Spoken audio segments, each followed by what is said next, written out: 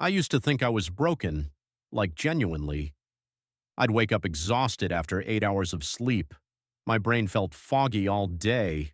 I'd crash at 2 p.m., chug coffee, then lie in bed at midnight scrolling TikTok for 2 hours because I was too tired to sleep.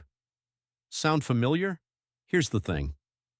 99% of people, including me, are getting nights completely wrong, and it's destroying our mornings, our focus, and honestly, our entire lives. But I figured it out, and once you fix your nights, everything else clicks into place. Let's get into it.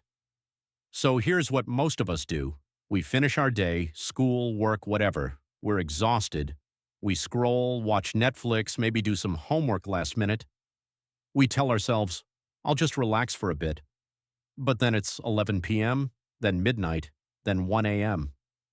We finally pass out. Wake up to 6 alarms, feel like garbage, grab an energy drink, and repeat the whole cycle. This isn't laziness. This is a broken system. Because nobody teaches us how nights actually work, we treat them like this dead zone between days, just a place to crash. But your night, it's the foundation for tomorrow. Mess it up and you're starting every single day from behind. The crazy part? Fixing this doesn't require some insane willpower or monk-level discipline. You just need to stop doing what everyone else is doing. Okay, so everyone talks about winding down at night, right? But here's what they get wrong. You can't wind down if you never wound up properly. Let me explain. Most of us spend our entire day in this half-energy state. We're not fully focused, not fully relaxed, just existing, scrolling between tasks, procrastinating, operating at like 60%. Then we expect our brain to magically shut off at night. It doesn't work like that. Your brain needs contrast. If your whole day was blurry and low energy, your night will be too. You'll feel tired but wired, exhausted but unable to sleep. So here's step one. Actually use your brain during the day. I'm serious. Deep work, real focus. Even if it's just 1 or 2 hours where you're fully locked in, no phone, no distractions, just you and the task. When you do that, your brain gets tired naturally, and at night, it actually wants to rest. This changed everything for me. Once I started having real focused work sessions, I stopped needing to force myself to sleep. Okay, yes, you've heard this before. Blue light is bad, blah, blah, blah. But let's be real. No one actually stops using their phone at night. I'm not going to sit here and pretend I read books by candlelight. So here's what actually works. The 30-minute rule. 30 minutes before bed, just 30, put your phone across the room. Not on your nightstand, not face down, across the room. I know. But what if someone needs me? They don't, not in the next 30 minutes. And if it's a real emergency, they'll call twice. During those 30 minutes, do literally anything else. Journal, stretch, stare at the ceiling, doesn't matter. Because here's the secret. It's not just about blue light. It's about breaking the scroll cycle. Your brain gets stuck in this dopamine loop. TikTok, Instagram, Reddit. It's designed to keep you hooked. And the more you scroll, the harder it is to stop. But if you create a physical barrier, phone across the room, you break the loop. And yeah, the first few nights feel weird. But after a week, you'll actually want that phone-free time. It becomes this peaceful little pocket of your day. Here's the part no one talks about. Your night doesn't start at night. It starts in the morning. I'll prove it to you. Think about a day where you woke up late, skipped breakfast, and rushed straight into chaos. How did that night go? Probably terrible, right? You stayed up late, felt anxious, couldn't fall asleep. Now think about a day where you woke up early, had a solid morning, felt in control. That night, you probably slept like a baby. Your morning sets the tone for your entire day, including your night. So if you want better nights, start here. Pick one morning anchor.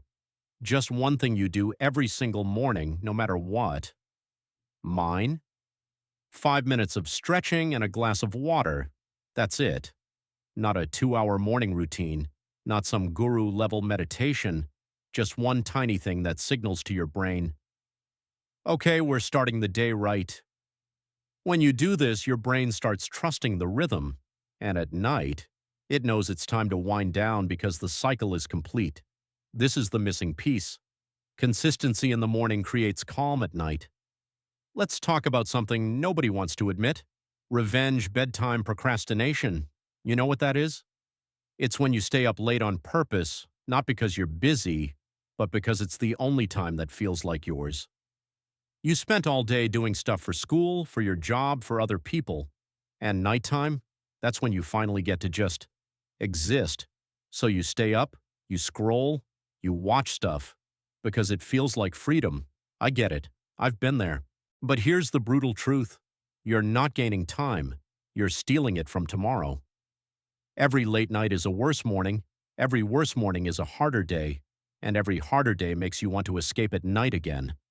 It's a trap. So how do you break it? You have to create you time during the day, even if it's just 20 minutes, a walk, a hobby, something that's yours. Because when you give yourself that space during the day, you won't feel like you need to steal it at night. And honestly, once you start protecting your mornings and nights, you'll realize you have way more time than you thought. All right, let's bring this all together with something you can actually do tonight. It's called the 3-2-1 reset. 3 hours before bed, no more big meals. Your body can't rest if it's busy digesting a burrito bowl. 2 hours before bed, finish any work or stressful stuff. This is when you shift gears. Lighter tasks only, laundry, cleaning, chill stuff.